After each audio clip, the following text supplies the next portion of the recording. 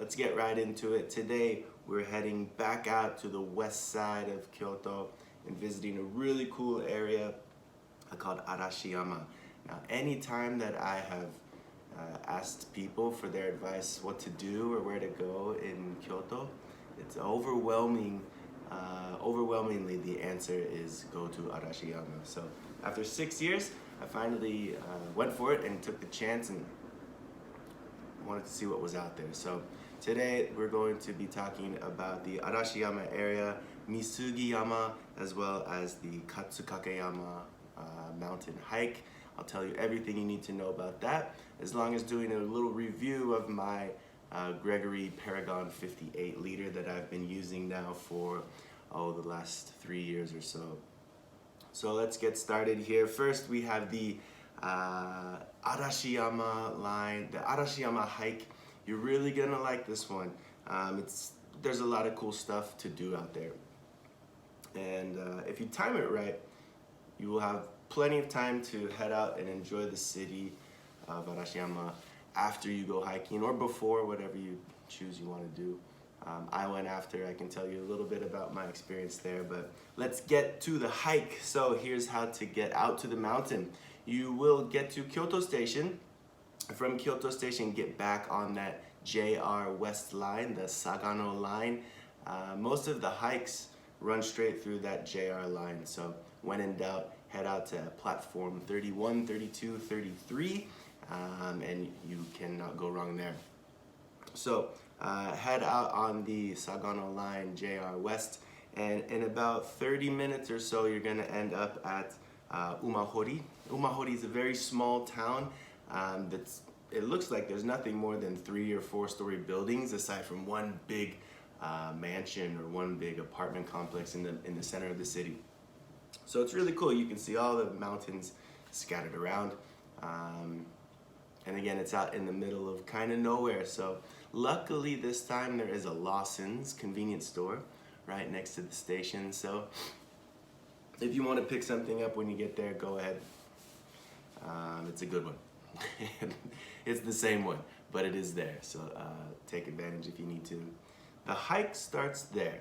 Now from start point to end point for me, which was the Umahori station, over the mountains, the two that we're going to talk about today, and then down to the finishing line, which is actually on a different train line, the Hankyu line.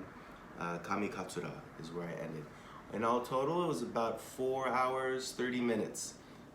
So not too difficult. We only climb about 600 meters total, so not the most intense hike. You do go 12 kilometers in total distance, so please plan for that action. It can be a little bit heavy on the feet. Get some good footwear. But the hike itself is not too bad. Like I said, 650 total elevation change. So it's easy enough. Take a left at the Lawson, head to the river, turn right, and in 2 left turns there'll be a bridge that starts leading up into a little neighborhood area. This is the right path you want to go on. There's a few signs for temples. Keep going up and you'll actually see some cars parked up there.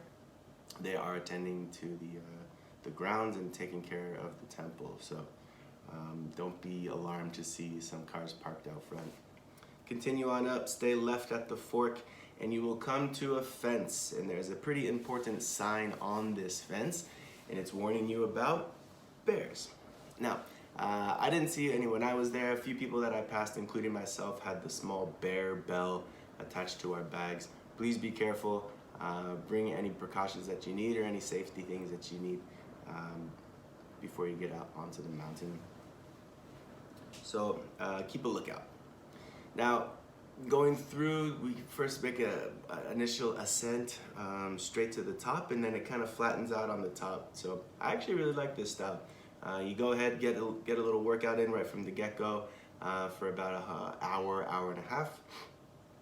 The middle 2.5 hours or so is really flat, great views, ups and downs, so your muscles don't get too sore doing only one or the other. And it's a really nice and pleasant hike. Again, all ages can do this. It's really not that difficult, so once you get out there, once you get to the top, take your time, enjoy yourself, walk around. There's a lot of different paths to go on that stem off from the main trail. Take them, because unfortunately the main trail here is a road. There's a few different power lines, electrical towers along the way, so there are some service roads that lead up there. But you can get away from it if you need to. They're pretty clearly, they're easy to see but not well marked. The main hike that you want to follow are the signs that head back to the Kamikatsura station, and that's kind of a tall, like looking up, kami sort of kanji. So that's the trail that I did. But like I said, all in all, about 4 hours and 30 minutes. Can't talk right now. The only concern that I had was at the very end of the hike, and I didn't see any bears like I mentioned. Arashiyama has a famous monkey zoo. Now, some of those monkeys are wild, and they're taken in from the surrounding area. So this means that there are a lot of wild monkeys and packs of monkeys around the end of that hike. So please make sure you have some sort of protection. Rule of thumb is never approach them or show aggressive signs. Certainly don't make eye contact with them. They looked at me curiously as I walked through the path, but make sure that you have some kind of protection just in case. But it is really beautiful down in the bamboo forest. There is a more famous one, the actual Arashiyama bamboo forest, more closer to the stations. This one, however, was just at the end of the hike. So it's pretty incredible. When the wind's blowing, the sounds of the bamboo hitting together, it's a very Japanese kind of atmosphere. It's really cool. From Kamikatsura station, so the hike is now finished. We're back on the main streets. Kamikatsura station.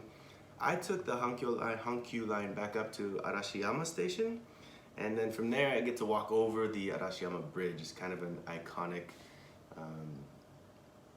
sightseeing spot for visitors to Kyoto and to Arashiyama, of course. So there's a lot of little food stalls and souvenirs you can buy on the other side of the river, and it's really beautiful. Take some photos. There's mountains all in the back. There's like I said, street stalls and souvenirs along the way, so it's a good, nice little time. From there, I just took the Saga line, the JR West Sagano line, back from Saga Arashiyama Station back to Kyoto. So if you're doing the math, I've got 3 different train rides. They total to 730 yen. Like I mentioned before, there's food, there's restaurants. So if you're looking at a 30 minutes to get there, 4.5 hike, and then however extra time you spend in that area, maybe plan for a 6-hour day or so around that time.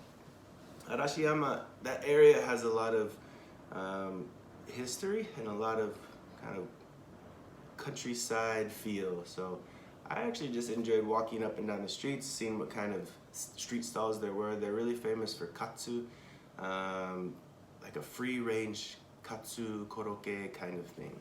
So it's fried food. It's delicious on a cold December day. Check it out. I think that you'll really enjoy this hike.